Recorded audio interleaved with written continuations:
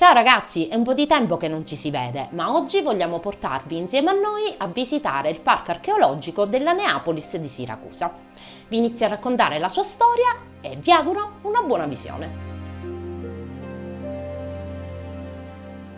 Il parco archeologico della Neapolis è un'area naturale colma di reperti archeologici appartenenti a più epoche della storia siracusana. Il V secolo a.C. è un periodo di grande ricchezza e crescita per la città di Siracusa che il tiranno Gelone vuole celebrare con nuovi quartieri e nuovi monumenti. Neapolis è il cuore di questa espansione urbanistica e nasce con la duplice intenzione di rispondere sia alla crescente pressione demografica che ad ostentare la potenza di Siracusa con edifici importanti e maestosi. Per la quantità e la rilevanza dei suoi monumenti è considerata una delle zone archeologiche più importanti della Sicilia, nonché tra le più vaste del Mediterraneo. Una volta fatti i ticket ed immortalato una delle opere di Igor Mitorai, di cui vi parlerò dopo, ci siamo addentrati nel parco e abbiamo scelto il percorso più consono alle nostre esigenze. Il parco si sviluppa sul rilievo montuoso chiamato Colle Temenite, che divide l'area in due parti. Durante il percorso, sulla nostra sinistra, abbiamo incontrato l'area di Ierone, il più grande altare del mondo greco che era lungo quasi 200 metri e largo oltre 20, di cui oggi è visibile il basamento ricavato nella roccia. Continuando abbiamo percorso la via dei Sepolcri. Attraversandola si notano le pareti rocciose che la circondano da entrambi i lati e le edicole votive che vi sono state scavate lungo tutto il tragitto.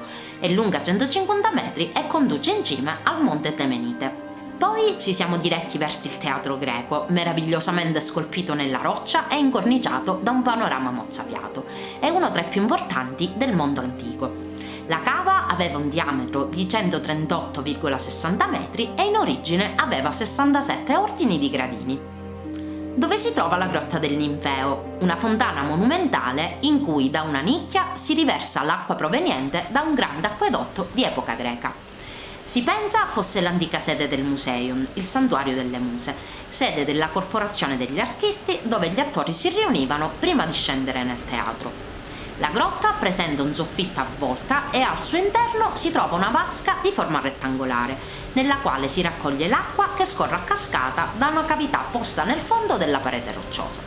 Accanto alla parete d'ingresso si notano delle edicole votive che servivano per la pratica del culto dei Pinakes.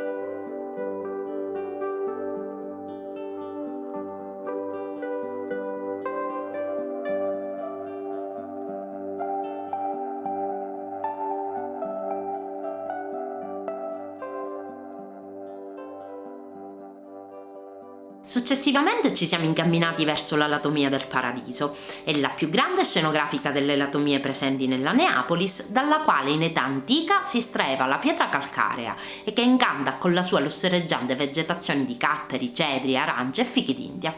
In greco la parola paradeisos significava giardino, l'ambiente circostante quindi ha dato il nome alla cava.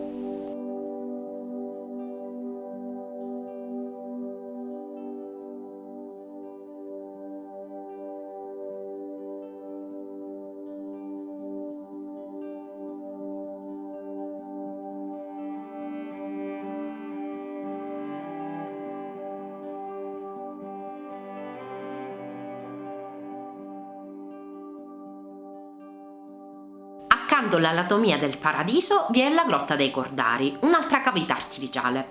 In epoca greca era una cava, ma veniva anche utilizzata come prigione.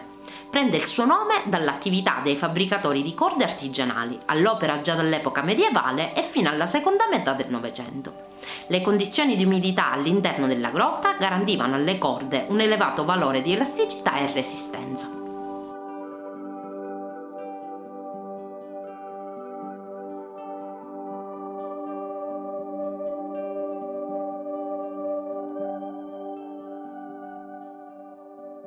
Durante la visita al parco, immersi in un paesaggio così suggestivo, abbiamo anche potuto ammirare la più grande esposizione all'aperto mai realizzata, lo sguardo Humanitas e Physis dello scultore polacco Igor Mitoraj, che reinterpretando l'estetica classica innesca una riflessione sul rapporto tra esseri umani e dimensione naturale.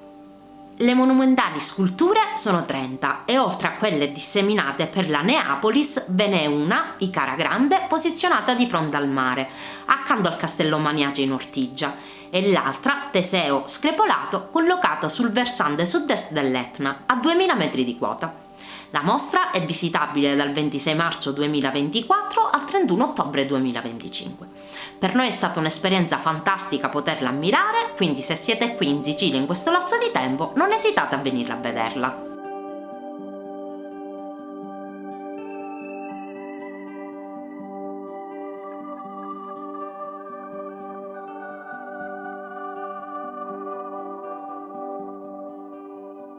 Purtroppo il tempo a nostra disposizione era quasi agli sgoccioli perché dovevamo andare da altre parti a fare altre cose che vedrete nei prossimi video, quindi l'ultima tappa del nostro percorso è stato l'Orecchio di Dionisio.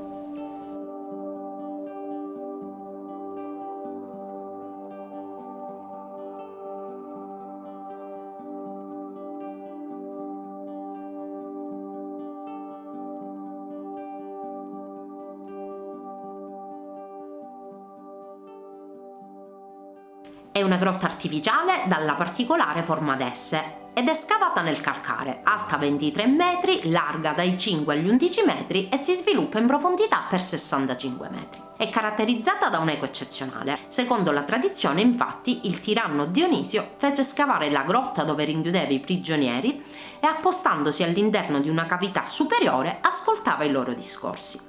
Grazie alla sua forma, l'Orecchio di Dionisio possiede caratteristiche acustiche tale da amplificare i suoni fino a 16 volte.